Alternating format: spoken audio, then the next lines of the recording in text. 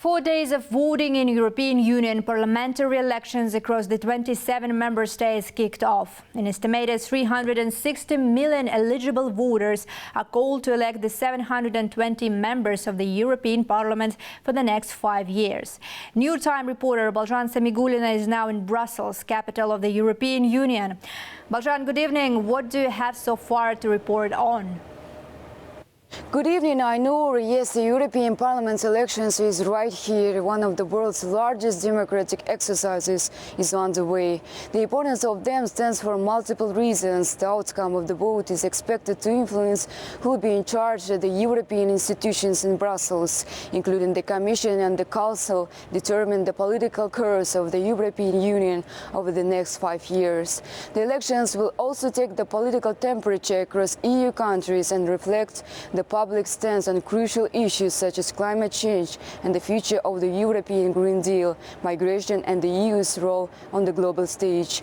Now the Union accounts for 27 member states. The number of members elected in each country depends on the size of population.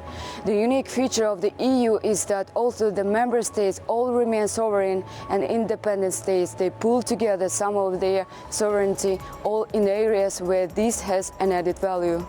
More than specific languages, I think that the common language, the common vision, to have a common way to answer big problems, that's really the way we can create an identity. So how we want to enter this future together, how do we speak about migration, how do we speak about the war, that makes us European in the way we can find together solutions that shouldn't be imposed, but should be solutions where we all engage, and then we find a common language that respects everyone's values and views and human dignity as well.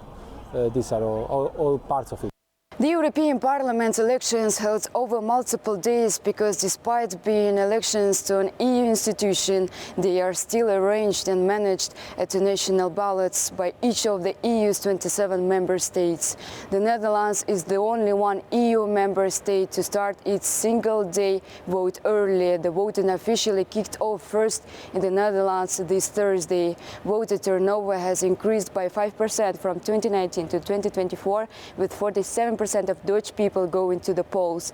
However, the traditional highest percentage is still expected to be witnessed in Belgium, as service show. Are you going to vote at the elections for European Parliament? Yeah. Yeah. Why? Why do you think it's important? Because I think it's important for my future and the future of Belgian people and European people. Because I think it's important that every citizen who has a vote expresses this, because it's our right. And I'm going to vote because I want to make my voice heard. First, in Belgium, it's mandatory, but not for the European election, of course.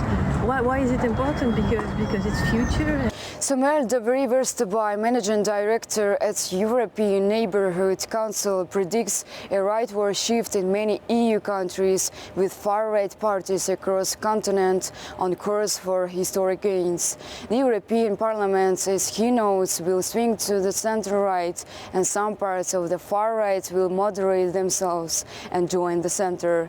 However, the relations of European Union with Central Asia have been institutionalized and deeply strategized, and no changes in US policy can be anticipated. The relations with Central Asia have been institutionalized and deeply strategized by brilliant minds like HRVP EU Foreign Minister Josep Borrell. That will not change with the new Commission, but for parliamentarians it's of course important that new members are well informed, advised and provided as much support by partners and member states as possible. Fortunately, the business communities of the EU understand the importance of Europe multi-corridor strategy, and in that strategy the Trans-Caspian corridor is very important, and so are EU-Central Asia relations.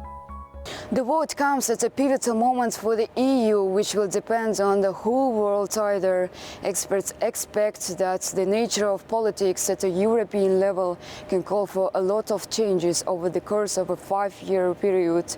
Results will start to come in late on Sunday.